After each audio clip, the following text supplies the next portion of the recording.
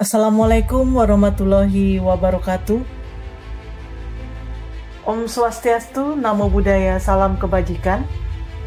Yang saya hormati Bapak Kepala Kejaksaan Tinggi Sumatera Selatan, Bapak Dr. Ketut Sumedana. Yang saya hormati Bapak Asinpa Asintel Kejaksaan Tinggi Sumatera Selatan dan Bapak Aspisus Kejaksaan Tinggi Sumatera Selatan, serta rekan-rekan media yang saya cintai dan banggakan yang dapat hadir pada malam hari ini.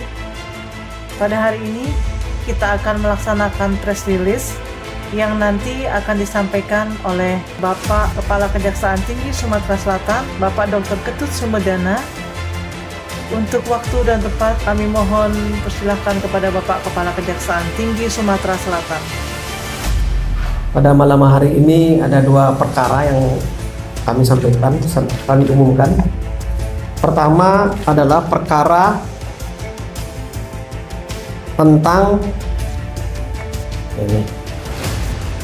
penyidikan terkait dugaan tindak pidana korupsi pemberian kredit usaha rakyat mikro dan pengelolaan aset kas besar atau kasanah pada salah satu bank plat merah kantor cabang pembantu Semendo Kabupaten Muara Enim tahun 2022 tahun 2023. Ini penyelidikannya sebenarnya sudah kita lakukan kurang lebih 1 minggu yang lalu, karena teman-teman penyidik menemukan alat bukti yang cukup untuk meningkatkan perkara ini ke penyidikan.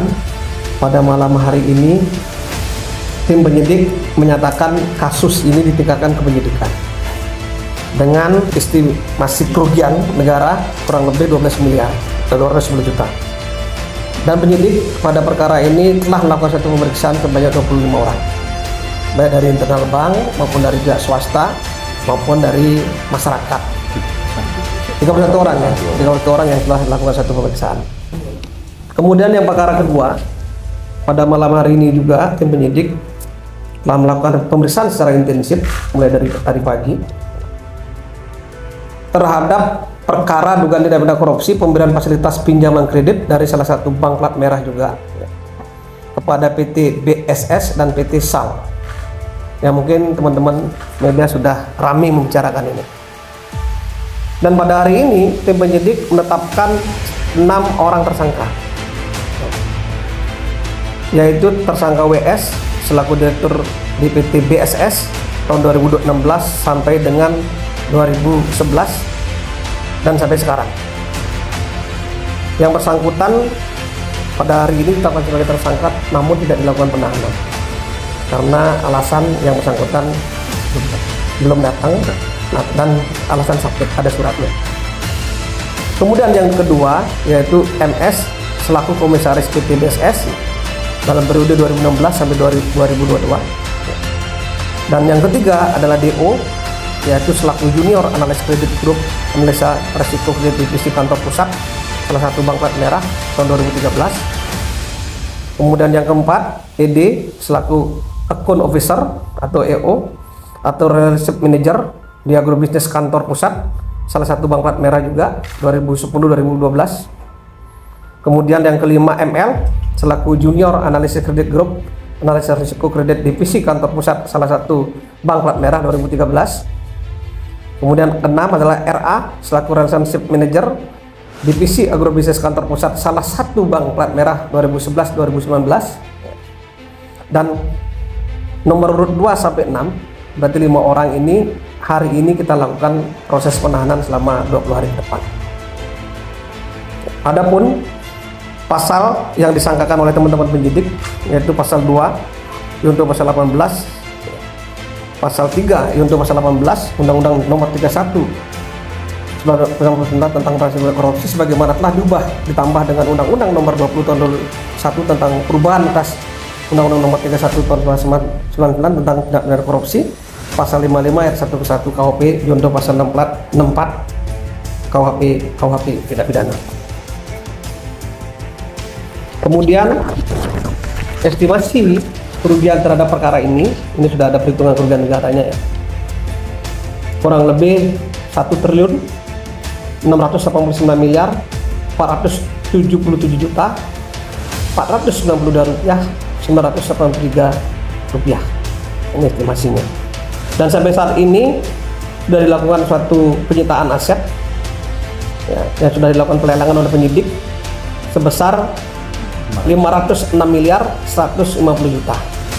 Artinya masih ada sisa kerugian negara yang belum terbayarkan sebesar 1,1 triliun 83 miliar 327 juta 492 rupiah 983 rupiah.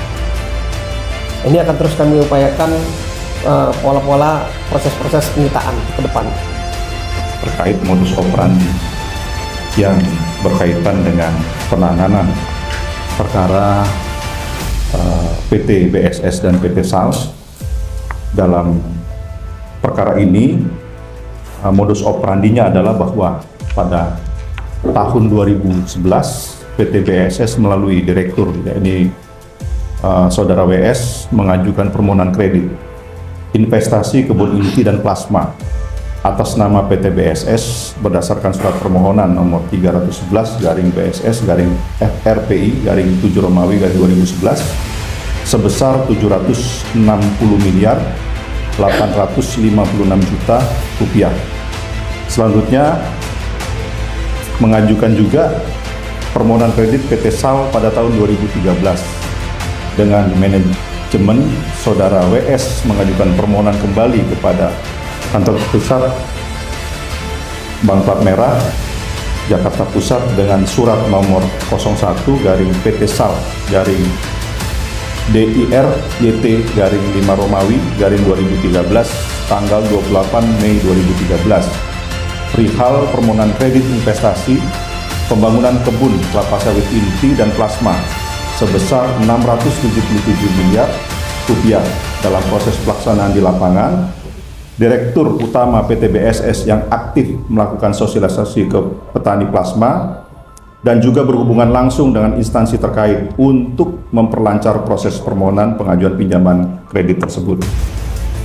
Nah, untuk modus operandinya, pada saat pengajuan kredit permohonan tersebut diajukan kepada divisi agribisnis salah satu bank plat merah, selanjutnya bank tersebut menugaskan tim untuk melakukan penilaian syarat kelayakan pengajuan kredit dimaksud telah melakukan kesalahan dalam hal mereka memasukkan fakta dan data yang tidak benar dalam memorandum analisa kredit, sehingga menyebabkan pemberian kredit tersebut bermasalah dalam hal syarat agunan, pencairan plasma dan kegiatan pembangunan kebun yang tidak sesuai dengan tujuan pemberian kredit. Selanjutnya PT SAL dan PT BSS juga mendapatkan fasilitas kredit pembangunan pabrik minyak kelapa sawit atau PMKS dan kredit modal kerja dengan rincian total plafon PT SAL itu sebesar 862 miliar 250 juta dan PT BSS totalnya 900 miliar 666 miliar. Dan dari yang sudah digelontorkan tersebut, saat ini posisinya kredit tersebut macet dalam posisi kolektabilitas 5.